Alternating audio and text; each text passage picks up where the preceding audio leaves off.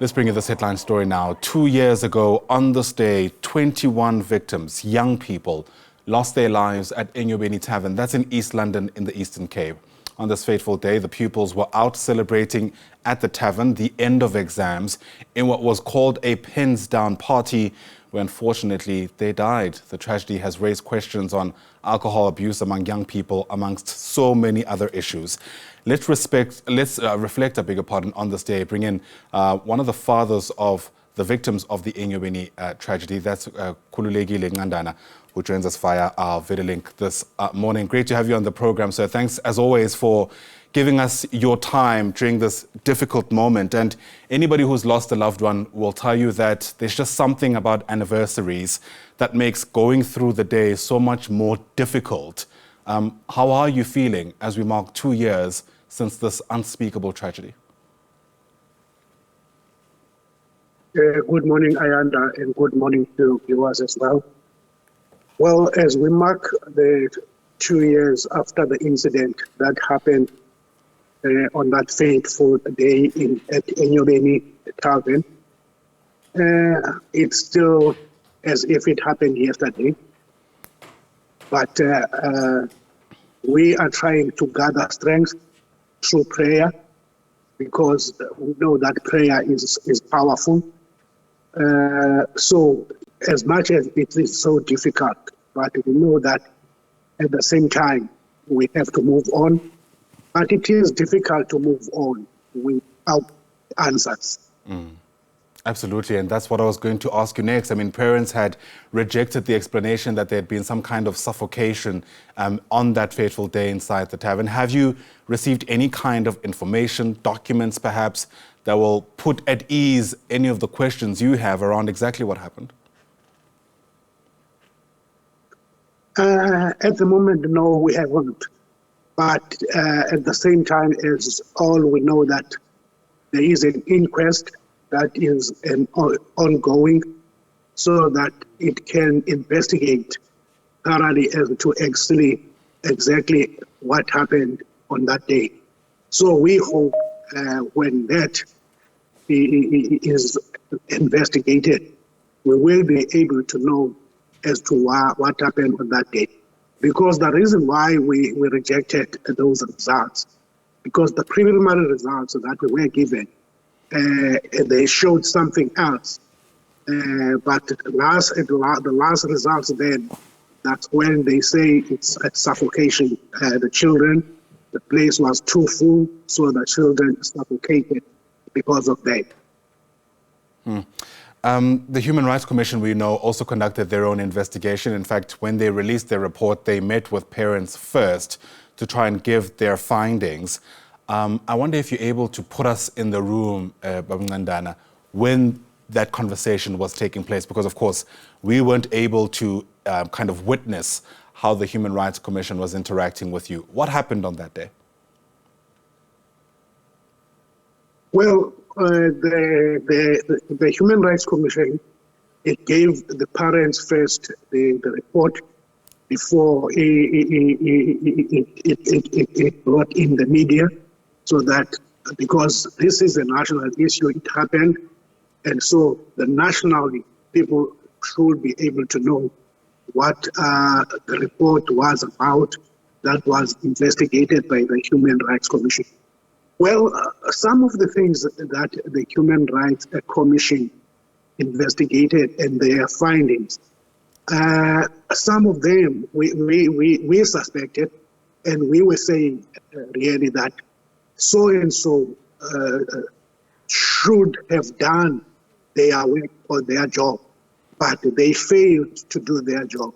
If so-and-so would have done his or her work, something like that would have been prevented from happening. If you look at that report, that's exactly what it says. It mentioned all those who were responsible or who failed to do their duties on that day or before that, to try and prevent such incident to happen. Yeah, you certainly get a sense that there were a number of failures along the way. These young people were failed by the people who are meant to protect them. The Human Rights Commission also issued out a number of recommendations. In fact, several of those were directed at the Eastern Cape Liquor Board. I wonder if you've received any kind of update about the extent to which some of those recommendations have been implemented thus far.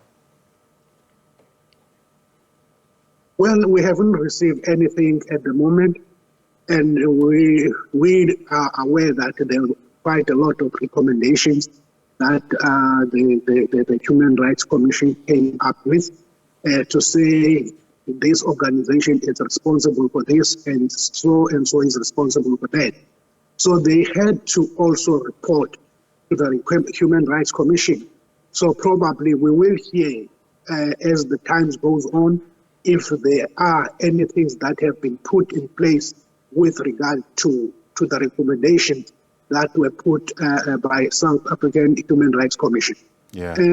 But as we are all aware, I mean, this thing of alcohol in young people, more especially the underage,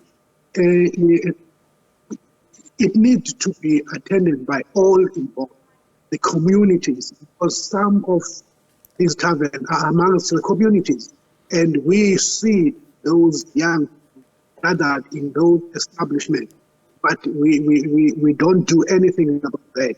But some of people, they are doing nothing about that, because if you look at that report, the people of that area in Scenery Park, they didn't keep quiet about that. They have been going to police to report that, but nothing was done about that.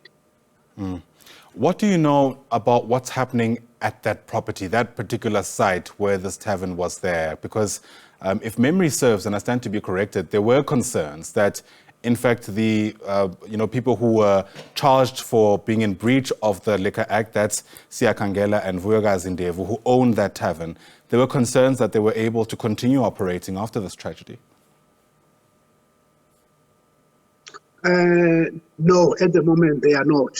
Okay. At the moment the establishment is closed, as there are still investigations that are going through, because the inquest is still investigating, of which some of the investigations that they are doing, it will need them to go to that establishment to see by themselves as to how it was built, and so they can make a recommendation or to see to it if it was a legal structure or not. Yeah. You mentioned that this is a story that's, garnered national interest. In fact, it made international headlines. I remember reading about it on the BBC in the UK. But at the heart of it, really, it's about families losing their loved ones way too early. And I'm hoping as we mark 2 years since this happened, we could also take a moment to just reflect on your son, the type of person that he was, and how you would hope that he's remembered on a day like this. Well, he was a very jolly person, someone who loved to laugh, crack some jokes with his, more especially amongst the family. He loved sports, education.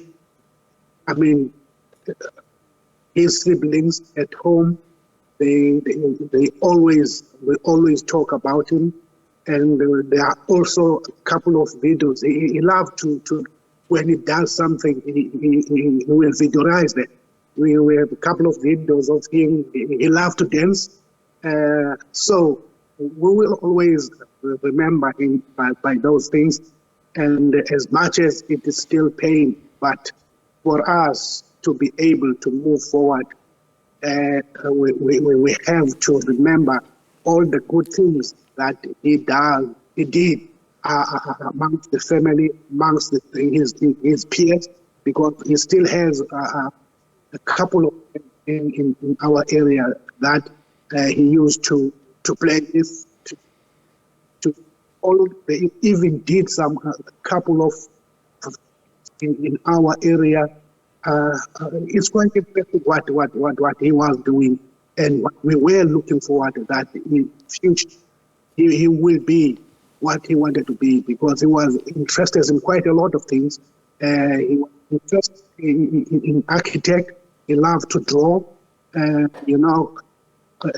but at a later stage, he wanted to be soldier, he wanted to be police, but what really on and be whatever he wants to be. But first, you need to concentrate on his study. Yeah, absolutely. You know, some philosophers say that as human beings, we die twice. The first is when you take your last breath, and the second is when people stop talking about you. So in a way, I'm glad that you're able to keep your son's memory alive, even in your own conversations as a family and during this time as we help you mourn 2 years on since his passing.